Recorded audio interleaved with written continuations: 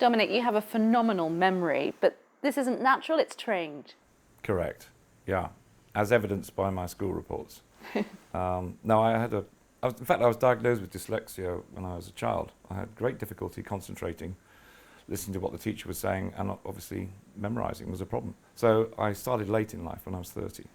We're a bit lazy now, aren't we, as a population? We rely on our devices, our navigation systems, our Google search engines. Do we really need such a fantastic memory to live today? Well, you're right. We are becoming a little lazy. I wouldn't want to go back, though. I use the sat-nav myself. These are very useful gadgets. But if we're not careful, there's a danger that we rely on it too much, so we don't have to think for ourselves. We don't have to hunt for information anymore. Knowledge used to be power. It was crucial to survival. It no longer is. It's everywhere. Just talk to Siri or talk to Alexa these days and you get the information. So knowledge is not power, but it's what you do with the knowledge that's what gives you the power. It's being able to take concepts and make connections between disparate pieces of information. This is very much a theme of our day, I would say, that we get an overwhelming amount of information on a daily basis. It's how to be selective. That's the next step of the internet, in fact, how to really consume the right data, not just everything that crosses your path. You think a good memory can help in that regard?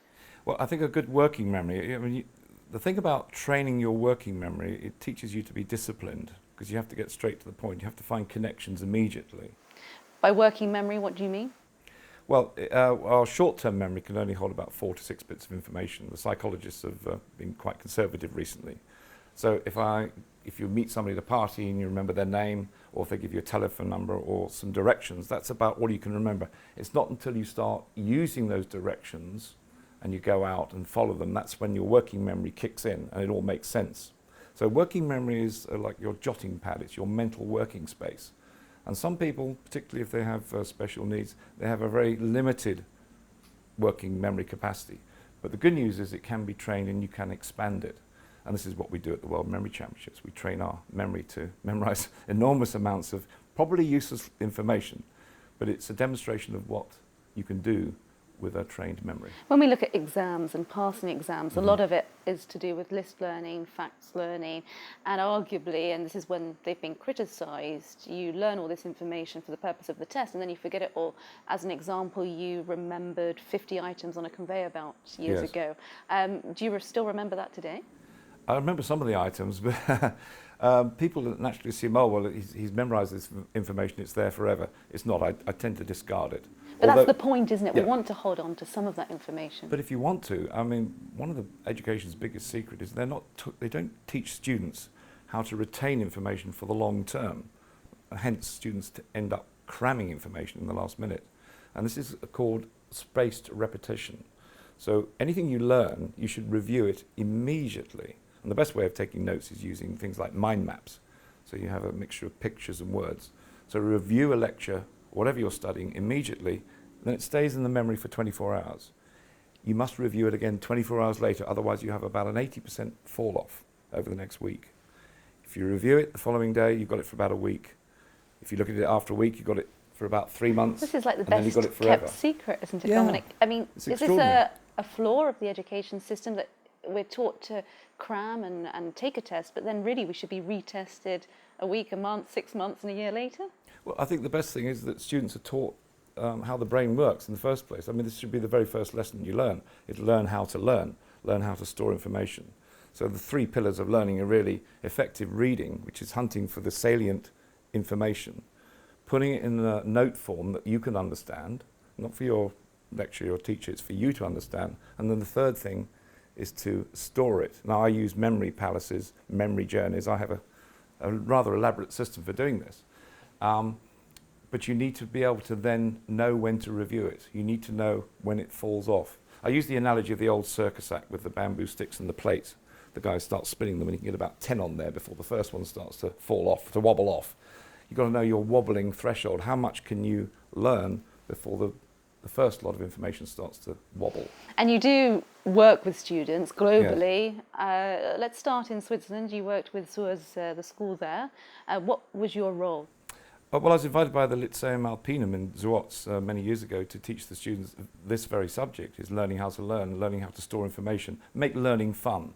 So if you've got rather dull subjects, I won't name which ones, but you can turn any information into pictures, and then you can store the information around your home, around a golf course, around a park. And of course, everything we see in life, it's 55%, even more visual for most of us. China seems to take this even more seriously than any other country out there. What's your view on that? Well, back in the 1990s, we started the World Memory Championships in the UK, but I predicted that one day China would take over, they would become the champions of the future. And I think it's a lot to do with their language, because it's very pictorial. So naturally they would take to these techniques, which involves coding information. Because if you think what we have to do, you have to memorize thousands of numbers, binary digits, abstract images, names and faces. But the Chinese understand the value of training. So they use these techniques. They win competitions. In fact, the current world champion is a Mongolian girl. She's only 18. And they use these techniques to become A-grade students. I hope you had a lot of money riding on that bet. But in terms of training in this way, arguably you could cheat your way into anything, couldn't you? Cheat your way? Well, by memorizing so much knowledge for any purpose, perception, deception, walking into any interview. Yes, I mean, it's a very useful device. It's very powerful. A very powerful device. And I was talking about the way technology is going, because another form of cheating is to actually use the internet. I mean, there's some guy that's developed this interface where he's connected to the internet, so he can think of any question, like what is the world's deepest lake, and the answer, Lake Baikal, will come into his head. I mean, he could win Who Wants to Be a Millionaire, quiz programs like that. But the danger of that is he's not actually processing the information, the knowledge. He's not working his brain. So he's more or less like a parrot. And there is the danger of the dumbing down effect, of damaging his memory. And we also know if you take photographs, if you film everything, if you go on holiday, you're not really immersing yourself in the experience. So you're not going to remember that experience so well, because your brain is saying, I can review this later on. So really, by not taking a photograph, you can have better memories. You're perhaps even a happier person for it? I think so, because it's a very precious moment. I mean, just looking at this view out on the lake here in Zurich, I did take a photograph yesterday, but I'm actually immersing myself, enjoying the whole vista with the mountains in the background. So that will stay in my memory. Now, if you've got this device in front of you the whole time, you're blocking reality.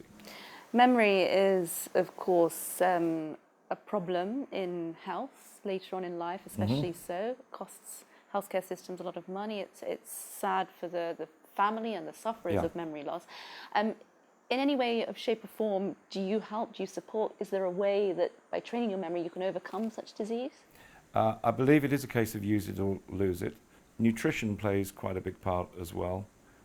Stress, stimulation to the brain, taking on a new skill, all those things are good. But just playing little simple games with your memory. Now, I turned 60 last year, so I started competing again. You have to be 60 or over to enter the Senior Memory Championship. So I'm trying to encourage people of my generation. You know, it's not a foregone conclusion that when you get to my age, it's all downhill from now, your memory starts to degenerate. It is a case of use it or lose it. And it's fun, training your working memory. Just try memorizing a few playing cards. Have you noticed a difference, though, in age, in later years? Does memory slow down a bit? I would say the quality is still there, but maybe my speed is not quite as fast as I used to be. I used to be able to memorize a deck of cards in about 30 seconds. I can still memorize it in under a minute, but it's probably about 40 to 50 seconds. There's only a small difference. And now when we look at computers, artificial intelligence, we talk of a moment in time, I think they call it singularity, where there will be a point in time in the future, let's say 2050, where computers will outsmart brains. What are your thoughts on that? I think we have to try and keep pace with it. I mean, it's inevitable. I was speaking to Alan Boyd, who used to work for Microsoft. He introduced so many applications. And he was saying that technology changes every 14 years, and the next big change is going to be 2023, where you're going to be working in a virtual workspace. You're going to be pulling information just by wearing glasses like this, with a little device here, and you will see things in 3D, holographic images. So you'll have a virtual desk, a virtual keyboard, or your emails. You'll even have an avatar of your work colleagues in front of you to begin with, and they'll become more and more lifelike. So you better be careful sitting on a train in case someone knocks your eye out by going like this, putting in these screens. I think as long as you're working your brain cells, that's okay. It's when you're fed, when you're spoon-fed knowledge, that's the problem, because you're not actually working your brain. So I think these things are going to help us. Does it concern you, though, that we won't be able to keep up pace in the sense of, keeping our memory and our brain training alive? I think as long as you're stimulated in the subject, whatever you're learning, then you'll be gaining the whole time. The danger is if you're acting passively, if you're just receiving the knowledge. That's why it's good to offset it by playing games like I do with my memory, challenging my brain, taking up a new skill, learning a new language, playing chess. Now, you're also head of ethics at the World Memory Council. What does that mean exactly? Well, I'm not anymore. I was head of ethics, and what that means is I look out for cheats. And we're talking about technology again. Yeah. And unfortunately, people, not many, but occasionally someone will come along with a device, because you're allowed to have ear defenders if you're sitting in a room trying to memorize thousands of numbers to avoid distractions. But sometimes these people can put in very clever micro gadgets which will feed them information. So even in memory sports, we have... Even in memory sports, there's cheating going on, and that was my job. It takes a thief to catch a thief. That's why they chose me, I think. I guess you could be employed in many different ways. And the World Memory Council, what is that body? What does it do as such?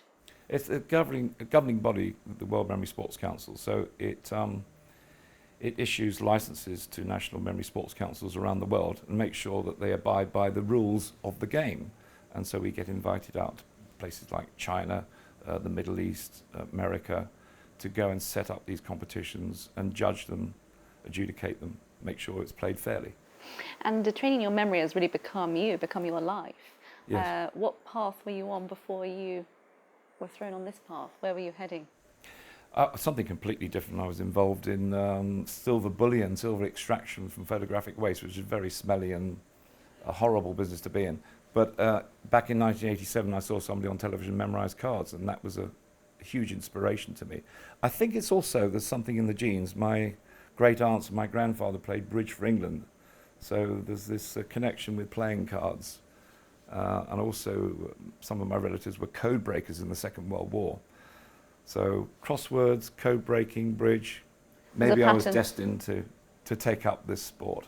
And one last question for you, Dominic. If you could see a change in education, in youth, in society today, when it comes to sort of really, tapping into your memory, what changes would you like to make or see? I think every school should have a program where they teach children how to learn how to learn. That's the very first lesson. How to store information, how to read effectively, how to make notes using mind mapping, how to review the information. Once you've got that, once you've got the basics, and learning should be fun. It never was fun for me when I was at school. I found it very difficult because no one showed me the techniques. And that's a tool you can take with you throughout your life. Exactly. Add to that nutrition and double whammy. Yeah, and getting oxygen into the brain as well, a bit of aerobic exercise. Not too much as you get older, but just enough to leave you slightly out of breath, maybe 15 minutes a day.